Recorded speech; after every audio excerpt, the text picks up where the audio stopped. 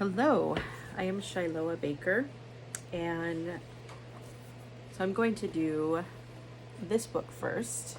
This one is called The Wealth of Wisdom by Sterling W. Sill. So I'm going to have two different versions of this. I'm going to have chapter by chapter of the book itself, and then I'm going to do one where I have my commentary. So Sterling W. Sill, there's a picture of him.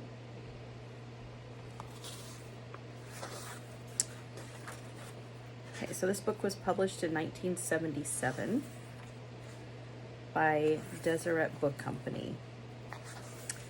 And he was a member of the 70. I don't remember the years, but I will post that below, or if anyone else wants to post it in the comments. I really love him. I love his books, and so I want to start with this one. So chapter 1, Learning Wisdom from Others. And as all have not faith, seek ye diligently, and teach one another words of wisdom. Yea, seek ye out of the best books words of wisdom. Seek learning, even by study, and also by faith.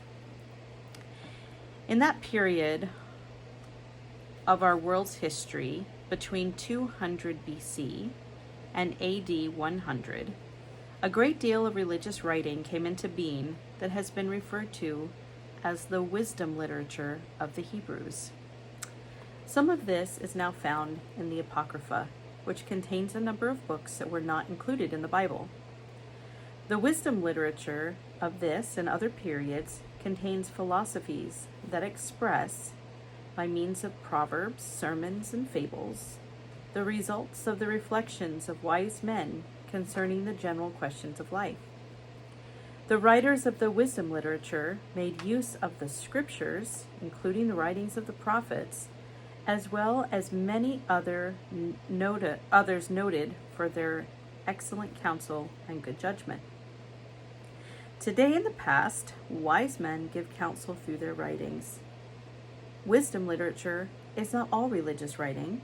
The Master himself spent much of his time speaking of the activities of the sower, the prodigal son, the good Samaritan. He told inspiring parables about the lilies of the field, the good husbandman, the vine dresser's son. A poet has said, "He spake of the lilies, vines and corn, the sparrow and the raven. Things so wondrous and so wise were on men's hearts engraven." We who live today in this age of the greatest of all knowledge explosions have access to untold amounts of wisdom literature applying to our health, our occupations, our minds, and our souls. And we should be more appreciative than anyone else has ever been of important ideas. In some eras and societies, human wisdom and divine wisdom have been regarded as being opposed to each other. This is not necessarily so. In the Apocrypha, wisdom literature generally, and even the scriptures themselves, we find many statements to the effect that wisdom is the one virtue that is indispensable to the human being who would lead a godly life, a life of excellence. One of the most prominent writers of the wisdom literature of the early period was Simeon, the son of Jeshua, who was called Ben Sira. He was the author of the Sirach, or Ben Sira's Book of Wisdom. Ben Sira was a constructor of wise sayings and uplifting philosophies. He belonged to the class of sages who lived in the days of Jeremiah, occupied recognized positions alongside the priests and the prophets. His Book of Wisdom contains moral axioms and wise counsels regarding almost every conceivable situation in life. Like many other constructive thinkers, Ben Sira expanded some of these proverbs into stimulating essays. To Ben Sira, even the most secular form of wisdom partake of something that is fundamentally religious, and he that may have been participating in the Lord's statement that to him all things are spiritual For certainly wisdom is an offshoot of that wisdom which emanates from God. Wise maxims and counsels may be applied to people in every condition of life. Most of them deal with the ordinary, everyday relationships between persons, whether in regard to the rich or the poor, the oppressed, those who mourn, rules of courtesy and politeness, respect for one's betters, kindness, and other similar topics. Knowledge of human nature requires one's attention in every step of our life's journey.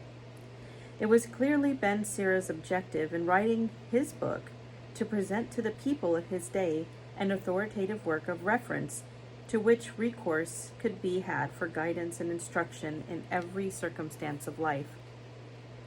The people of this period were faithful to the law, the ordinances of which were binding, because they were the revealed will of God. As Solomon, another writer of wisdom literature, pointed out in Proverbs 9:10, the fear of the Lord is the beginning of wisdom. By the fear of the Lord is meant a personal law of God, obedience to the divine commandments, and observance of the law. Truth is the finest expression of any wisdom literature. Just as the wisdom literature and consciousness of it influenced the Hebrews, so we today ought to think and write and inspire to make our own wisdom literature and become conscious with it and identify with it. For each of our individual activities, we should ask ourselves, is it right? Is it wise? Is it helpful? Is it profitable? Our small troubles may be the result of our imprudence. More serious troubles may result from wrongdoing. Therefore, to be wise, we should avoid imprudence as well as abstain from evil. Our wisdom literature may be represented by the philosophies of ancient times, but it should motivate us to a greater, fuller recognition of wise ideas and activities for our own life and time. Let us each strive to make ourselves worthy of the designation of wise men. Let us strive to always follow the counsel of the Lord, who in our day declared, "Seek ye diligently, and teach one another words of wisdom. Yea, seek ye out of the best books words of wisdom. Seek learning, even by study, and also by faith." That's in Doctrine and Covenants 88, 118.